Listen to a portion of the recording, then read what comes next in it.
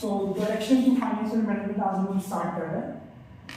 इसमें बेसिकली हम लोग जो है डिस्कस करेंगे ये सारे कंटेंट पार्ट हमारे फाइनेंशियल मैनेजमेंट क्या होता है, हमारा फाइनेंशियल डिसीजंस वगैरह क्या होती है हमारी, फिर हमारी ऑब्जेक्टिव क्या होता है फाइनेंशियल मैनेजमेंट का,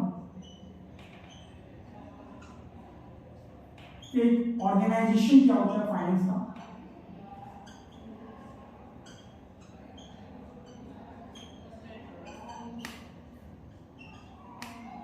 फिर बेसिकली स्कोप क्या होता है हमारा,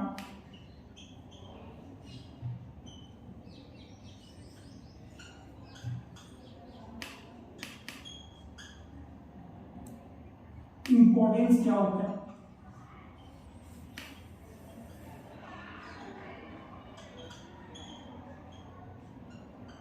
तो ये सारे टॉपिक हैं जो बेसिकली हम लोग इंट्रोडक्शन के पार्ट में डिस्कस करेंगे। तो बारी से सारा टॉपिक करते हैं। तो देखिए सबसे पहला टॉपिक हमारा क्या है, मीनिंग ऑफ फाइनेंशियल मैनेजमेंट। तो फाइनेंशियल मैनेजमेंट मैंने बताया कि फाइनेंशियल मैनेजमेंट के अंदर हम यहाँ पे दो टर्म देख रहे हैं। एक हमारा फाइनेंशियल, जो पहला टर्म है वो हमारा क्या है फाइनेंशियल, और जो दूसरा टर्म दिख रहा है वो दिख रहा है हमारा मैनेजमेंट।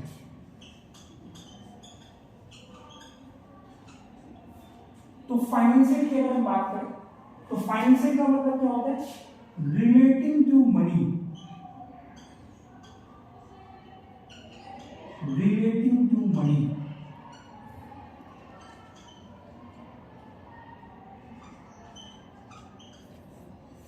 फाइनेंस का मतलब मनी, यानी कोई भी एक्टिविटी जो बेसिकली हमारी फाइनेंस से मनी से कनेक्टेड है उसको बेसिकली हम फाइनेंस कहते हैं। जिस तरह से ह्यूमन बॉडी के अंदर एक ब्लड होती है जिसका एक इंपॉर्टेंट रोल होता है।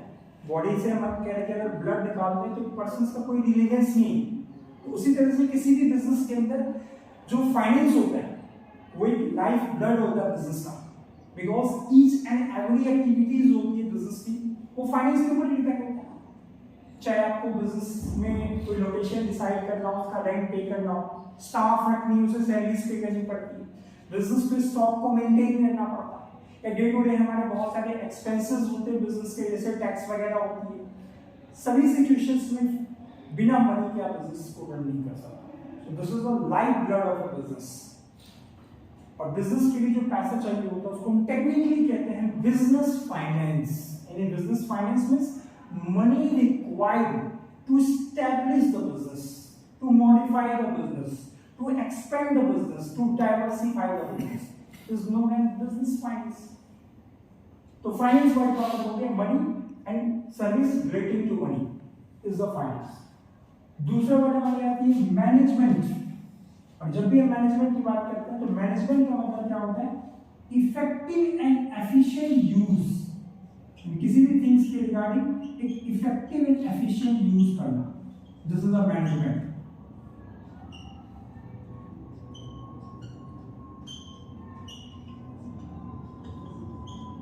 इफेक्टिव का मतलब होता है कि कोई भी टास्क अगर आप टाइमली कंप्लीट करते हैं उसको हम क्या कहते हैं, इफेक्टिव। और एफिशिएंट का मतलब क्या होता है, टास्क को आपने टाइमली कंप्लीट तो किया बट कम से कम कॉस्ट में किया, that is the efficient part. So with the application of management, we will utilize everything efficiently and pay at minimum cost. So with the application of management in finance is known as financial management. So in simple word आप लोग लिख के चलो, financial management means management of finance. Financial management means management of finance. एक finance का management करना financial management कहलाता है। और लाइफ में क्या है कि जो मैनेजमेंट थिंग्स होती है वो हर चीजों के साथ कैसे अप्लाई करो, टाइम का मैनेजमेंट करो, प्लीज स्टडी का मैनेजमेंट करो, तो उसी तरह बिजनेस में कहते हैं कि अब फाइनेंस का मैनेजमेंट। नाउ क्वेश्चन है कि आगे मैनेजमेंट के एप्लीकेशन से किस तरह से कोई भी चीज हमारी इफेक्टिव एंड एफिशिएंट यूज होगी। सो रिगार्डिंग मैनेजमेंट जानते हैं कि कहीं भी अगर किसी थिंग्स की अगर आप मैनेजमेंट करते हैं, मैनेजमेंट के एप्लीकेशंस में बेसिकली मैनेजमेंट अपने 5 स्टेप्स को परफॉर्म करती है जिसकी वजह से कोई भी टास्क जो होता है इफेक्टिव एंड एफिशिएंट यूज होता है। वो 5 टास्क क्या होता है?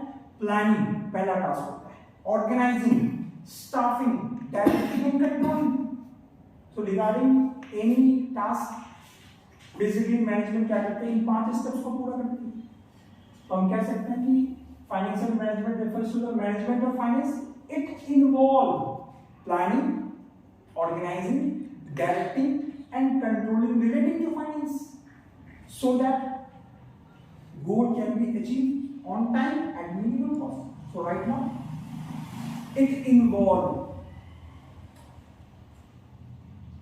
planning, organizing, staffing, directing and controlling relating to finance.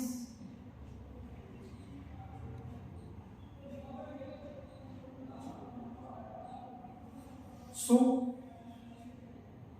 goal will be achieved effectively and efficiently.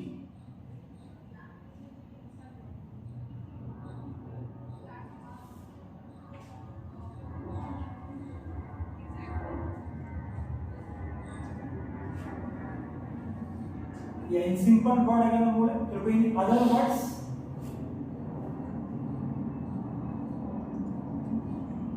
Finance management refers to the effective and efficient use of finance.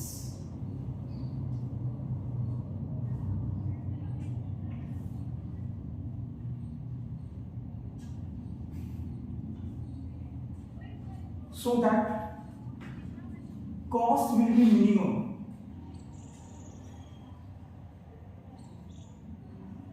and profit will be maximum. This is the financial management. तो ये हमारे financial management की meaning होगी। अब इसके बाद इसमें एक सेकंड टॉपिक आती है जो एक मोस्ट इंपॉर्टेंट टॉपिक है, financial decisions.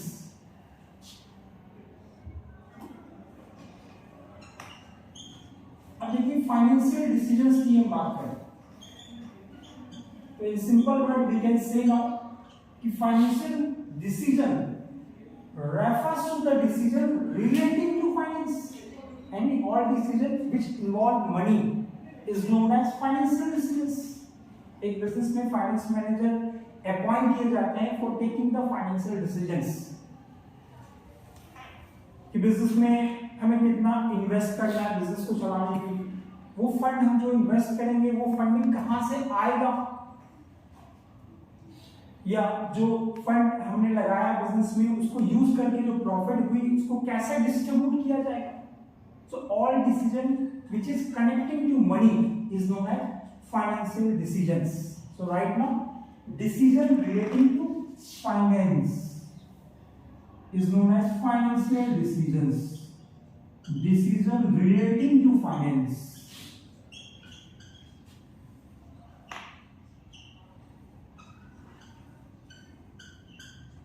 is known as financial decisions. और एक बिजनेस में जो फाइनेंस मैनेजर होते हैं उनको 3 तरह का फाइनेंशियल डिसीजंस लेना पड़ता है. तो it involve 3 decisions. So right now 3 decisions. First is the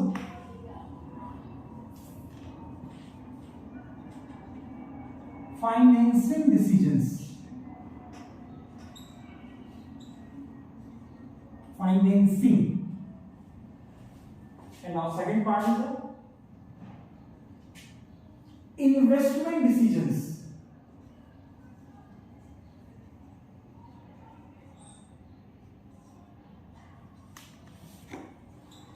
And our third part is the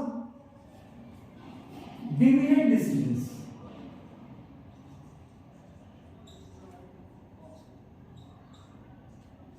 So we can say now if financial decisions involve 3 decisions. First is financing decision, second is investment decision, and third is dividend decisions. So अगर हम सबसे पहले decisions की बात करें, that is financing. अब देखिए ये एक ऐसी डिसीजन है जिसमें फाइनेंस मैनेजर ये डिसाइड करता है कि बिजनेस को चलाने के लिए हमें कितने पैसे की रिक्वायरमेंट है, how much funds required to do a business, and from where such funds should be obtained. That is, from which source we should choose that funds. So these two decisions basically covered in financing decisions. So right now, this decision covered first estimation of funds.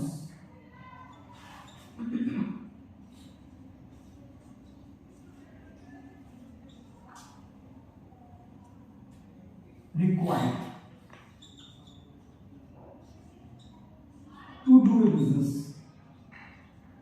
And किसी भी business को करने के लिए कितने funds की requirement सबसे पहले एस्टिमेशन की जाती है, और इसके लिए फाइनेंस मैनेजर बिजनेस की जितनी भी एक्टिविटीज हैं उनको चेक करता है कि हमारा जो भी प्रोजेक्ट है उस प्रोजेक्ट में कहाँ हमें पैसा लगाना पड़ेगा, कौन सी एसेट्स खरीदनी पड़ेगी, कौन से फिक्स्ड एसेट्स, लैंड बिल्डिंग, कौन सा डे टू डे एक्सपेंसेस करनी पड़ेगी.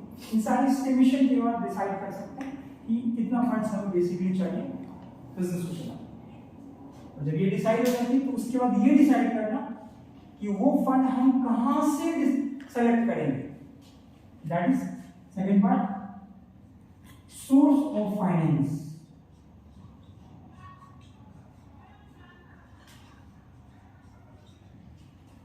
हमारा जो सोर्स ऑफ फाइनेंस है वो कौन सा source of finance. And third part कह सकते हो कि हमारे जो भी सोर्स ऑफ फाइनेंस है उसमें कितना पार्ट बेसिकली क्या होता है. किसी बिजनेस में जो सोर्स ऑफ फाइनेंस होती है, दो टाइप का सोर्स ऑफ फाइनेंस होता है.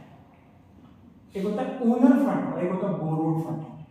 ओनर फंड का मतलब जो अमाउंट ओनर के द्वारा लगाया जाता है उसको ओनर फंड कहते हैं, जिसमें हमारी जितनी भी शेयर कैपिटल होती है वो सारे ओनर फंड होते हैं, जिसमें इक्विटी शेयर, प्रेफरेंस शेयर वगैरह होता है. एंड थर्ड चीज आती है उसमें रिजर्व एंड सरप्लस फंड, जो हमारा पास्ट ईयर की अर्निंग है वो भी है ओनर का होता है, जिसको हम यूज करते हैं. और दूसरा होता है बोरोड फंड. बोरोड नाम से पता चला है जो हम कहीं से बोरो कर रहे हैं, उधार ले रहे हैं, जैसे हमने बैंक से लोन लिया, this is a borrowed fund. एक कंपनी लेवल पे हमने डिवेंचर इशू किया, सो this is a part of borrowed fund. तो उस केस में कोई भी कंपनी ये डिसाइड करती है कि हमारी कैपिटल 20 लाख है और ये 20 लाख हम कैसे अरेंज करेंगे. इट मे बी दैट कि हमने 15 लाख रुपीस ओनर फंड के थ्रू अरेंज किया और जो हमारी रिमेनिंग पार्ट है उन्होंने बोरोड फंड के थ्रू अरेंज किया. इट मींस कि हम कह सकते हैं कि कंपनी अपनी कैपिटल स्ट्रक्चर को डिसाइड करती है कि हमारा जो कैपिटल स्ट्रक्चर होगी वो क्या होगा, 50-50 होगा या 80-20 होगा या 70-30 होगा. तो ये डिसीजन भी हमारी फाइनेंशियल डिसीजंस का ही पार्ट बनता है. And this become further topic capital structure, यानी अलग से एक टॉपिक ही है.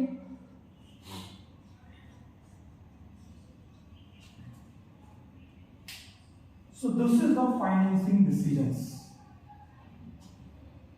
And after that, second decisions की बात करें तो वो होता है हमारा इन्वेस्टमेंट डिसीजन. अब investment decision indicated by he name कि इस डिसीजन में फाइनेंस मैनेजर डिसाइड करता है कि how much amount are invested in assets. Basically क्या होता है, किसी भी बिजनेस में बिजनेस को स्टार्ट करने के लिए हमें इन्वेस्ट करना होता है. बिजनेस की एसेट्स में बेसिकली जो हम इन्वेस्ट करते हैं वो एसेट्स में इन्वेस्ट करते हैं.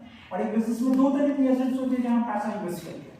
First is a short term assets, that is current assets, and second is a fixed assets such as land, building, machine, furniture, equipments. So under the investment decisions, finance manager decide how much amount are invested in current and how much amount are invested in fixed. So right now, decide how much invest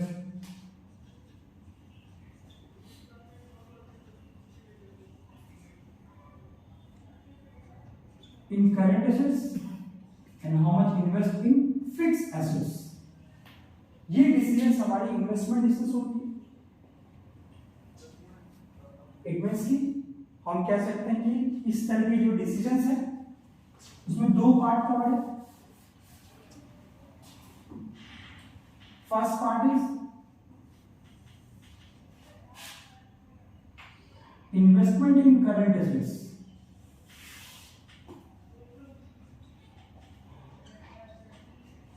और current assets में जो पैसा invest करते हैं उससे related decisions क्या कहलाती है? Working capital management. So right now it working capital management.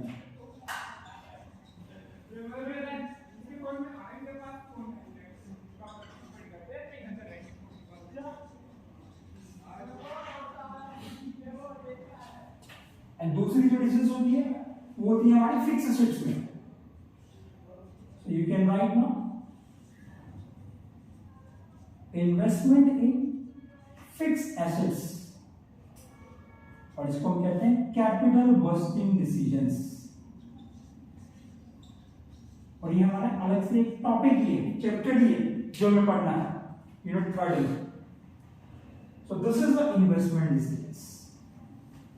And after that third decision is the dividend decisions. कि जो डिविडेंड डिसीजंस है हमारा वो क्या है?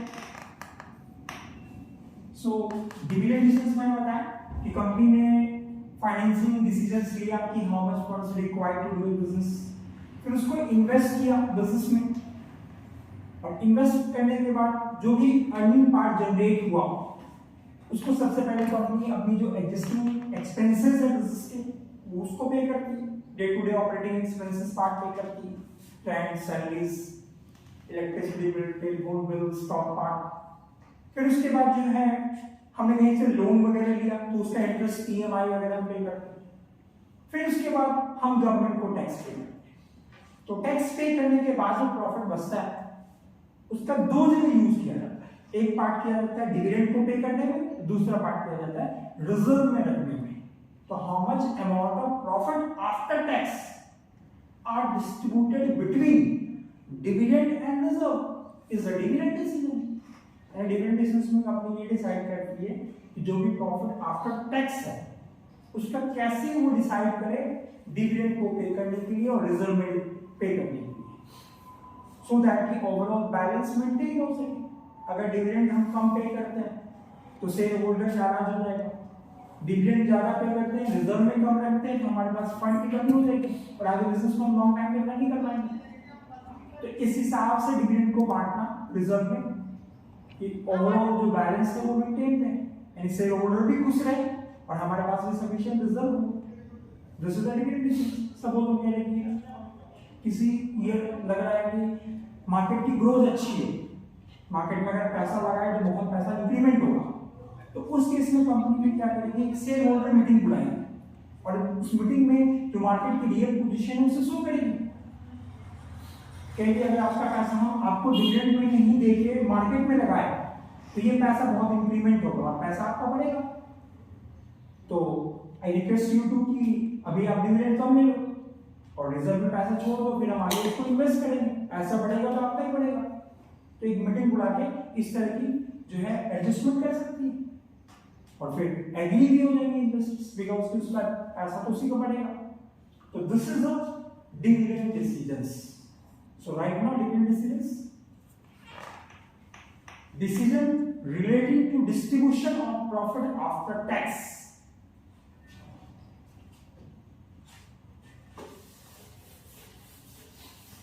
Decision relating to the distribution of profit after tax between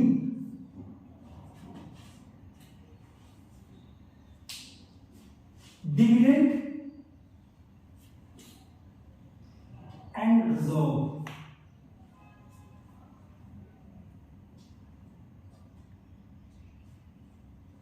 Dividend and reserve is known as dividend decisions.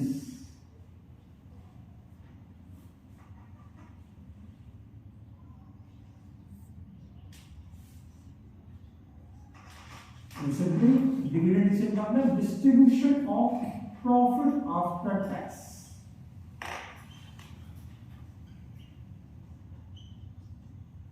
Between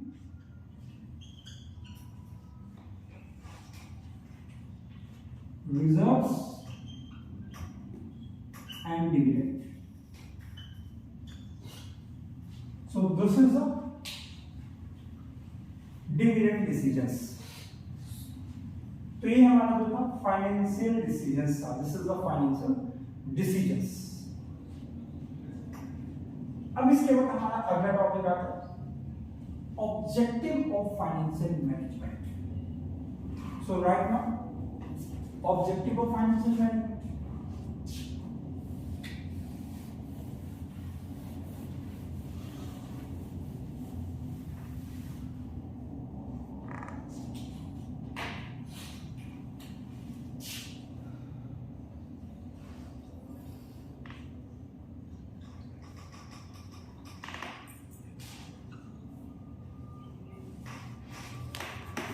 देखिए objective की बात करें, बेसिकली ऑब्जेक्टिव का मतलब क्या होता है? एक एंड रिजल्ट जिसके लिए हम कोई भी टास्क परफॉर्म करते हैं, दिस इज ऑब्जेक्टिव.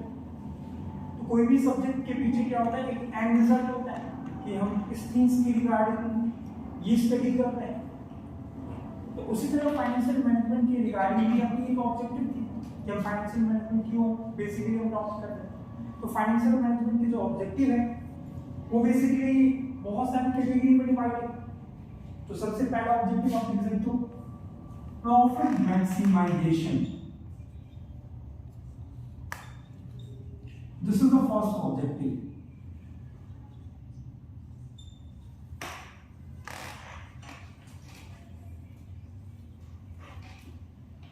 अब दूसरा ऑब्जेक्टिव लिख सकते हो वेल्थ मैक्सिमाइजेशन.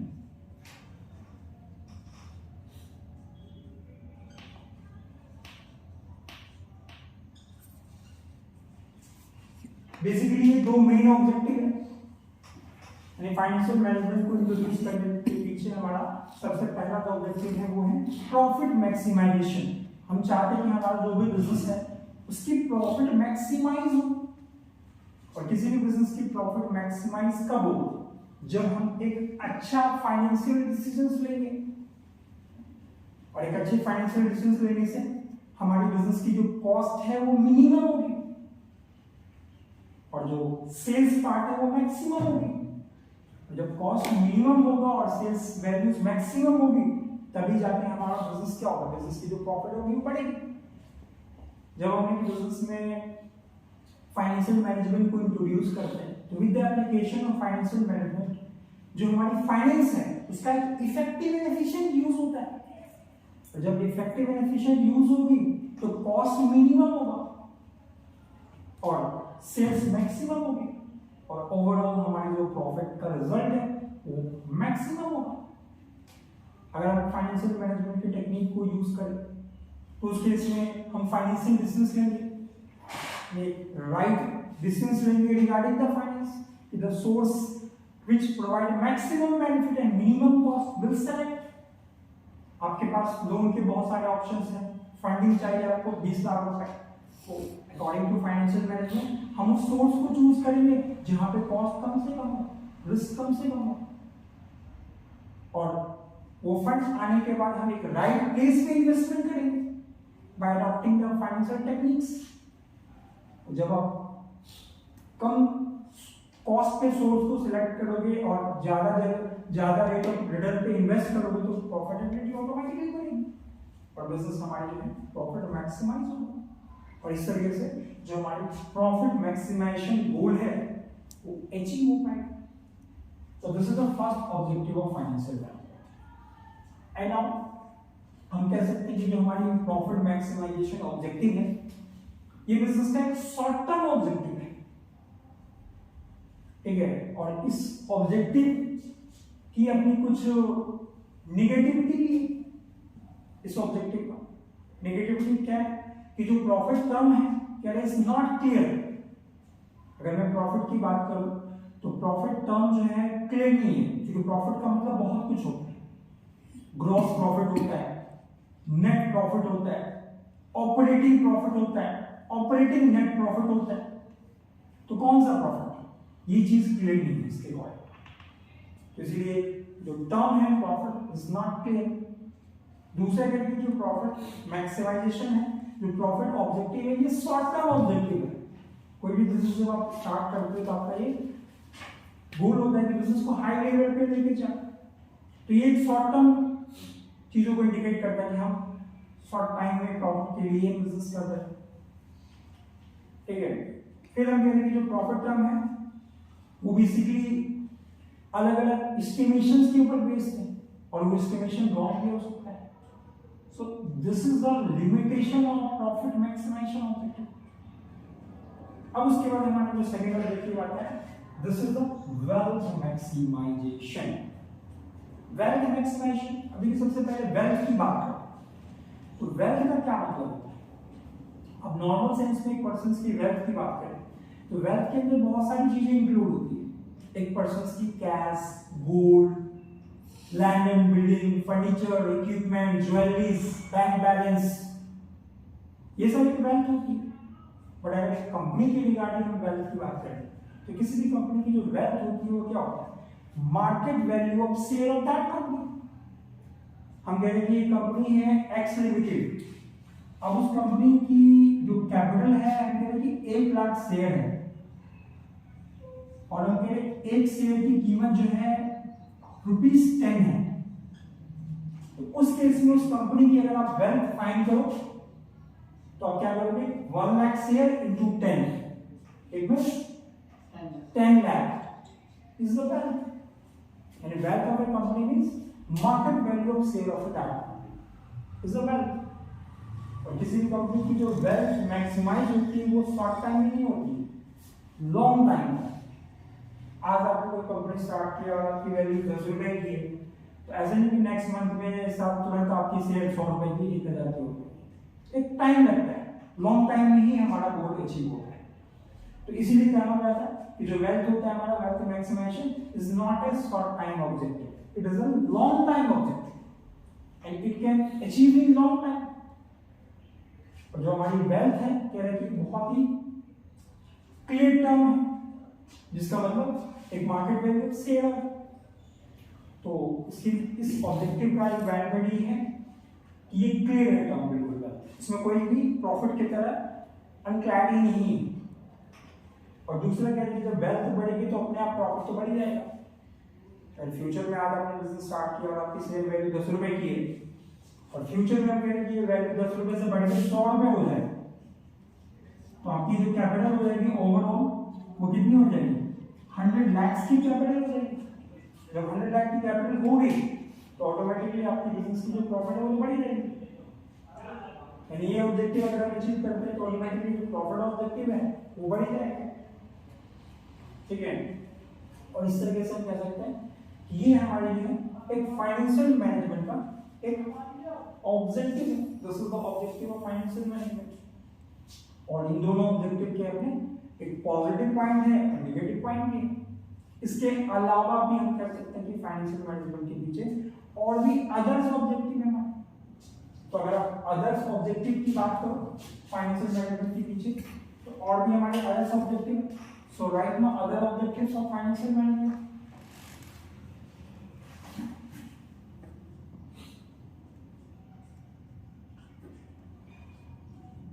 और अदर ऑब्जेक्टिव आप देख सकते हो,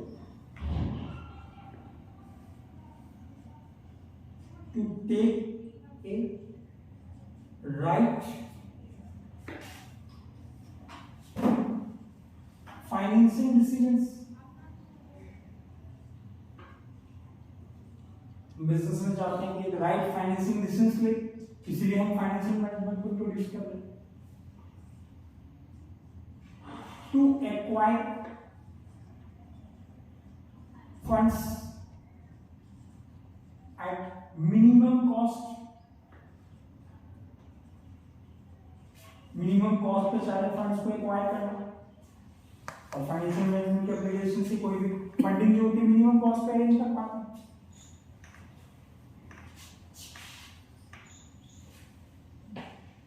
टू इन्वेस्ट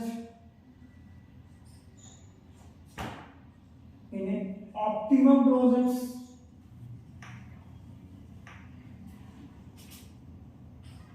एक ऑप्टिमम प्रोजेक्ट में हम चाहते हैं फंड्स को इन्वेस्ट करना,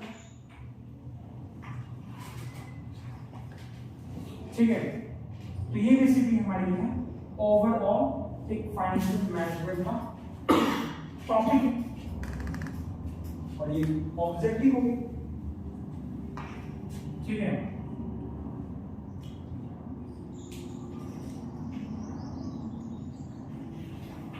बाकी फिर हम कितना ही रहते हैं, बाकी फिर नेक्स्ट क्लास में करते हैं।